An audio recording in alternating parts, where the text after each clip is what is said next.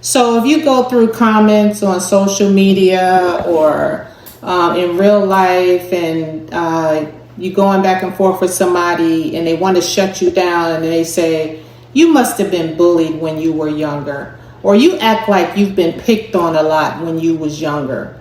And these are devaluing like phrases said to people.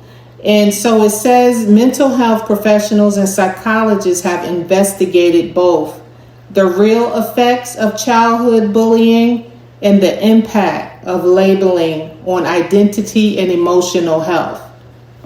And so what I'm reading here is saying the psychological impact of bullying labels someone as a bullied child, or even long after childhood, can reinforce feelings of stigma, victimhood, and otherness.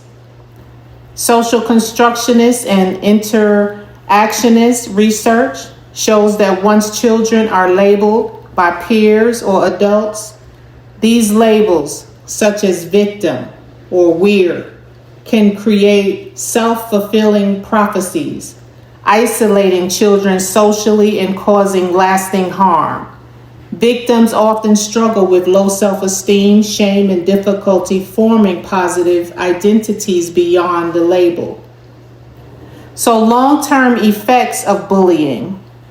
Extensive research demonstrates that childhood bullying leaves a profound mark on mental health well into adulthood. Victims have higher rates of depression, anxiety, and social withdrawal. They are more likely to experience trust issues, loneliness, and trouble in close relationships. Physically, victims report higher levels of pain and general health issues.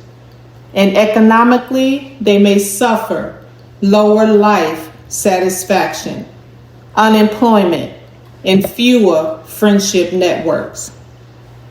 These outcomes are not just caused by the bullying itself, but also by the way victims are treated and spoken about by others during and after the event. Philosophical and scientific views on labels. Philosophers and developmental experts warn against the dangers of labeling in childhood, noting that labels can freeze a child's social identity and limit potential for growth. Children are constantly evolving, and carrying a label like bullied can trap them in an unhelpful narrative that doesn't honor their complexity or resilience. From a scientific and psychological perspective, stigma and labeling produce further isolation and anxiety, impeding recovery and reinforcing negative expectations. Trauma and recovery. Bullying is now recognized as a form of trauma with effects that persist decades after the event. Rather than viewing it as a normal childhood experience, researchers emphasize the need for support and interventions that focus on resilience, mental health care, and identify building beyond victimhood.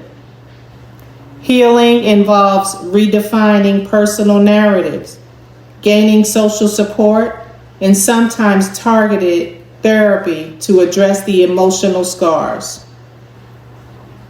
So in the end here, it says the phrase disturbs many because it doesn't account for the complex personal journey of healing and is tied to stigma, negative labeling, and long-term trauma research, not just casual childhood experiences.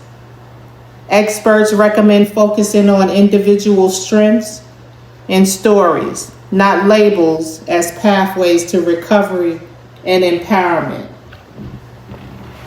All right. Yeah. Here are some assertive and witty responses that can diffuse tension, set boundaries, and add a dose of humor. when dealing with bullies or simply jackasses, whether at work, in person or online. Experts, communication coaches, and workplace trainers suggest mixing directness, confidence, and sometimes lightheartedness for the best results. Professional and workplace situations, assertive responses. That's not okay. Nope, I can't let you talk to me that way. I feel uncomfortable with your behavior. I am not going to engage in this behavior. I'd like to discuss this privately. I'd like to involve HR in this discussion. John, I'm surprised you'd insult me on such a personal level when I've always considered our relationship strictly professional. Could you clarify what you mean? Keeps the conversation professional and puts the pressure back on them. Is this the way we're going to work together, or do you have a friendlier version? Careful, my coffee hasn't kicked in yet, and you don't want to see me before breakfast. Social media comments, funny comebacks. Sorry fella, I don't have the energy to pretend to like you today. Remember when I asked for your opinion? Me neither. Everyone's entitled to act stupid once in a while, but you really abuse the privilege.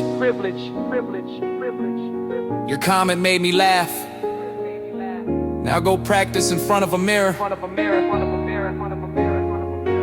Where'd you get your attitude? American, apparently not. You have your entire life to be a jerk. Why not take today off? Polite redirects. Thanks for sharing. I think we'll agree to disagree. Wishing you a great day. Elsewhere. In person. Face to face, direct but composed. I hear your point, but I disagree.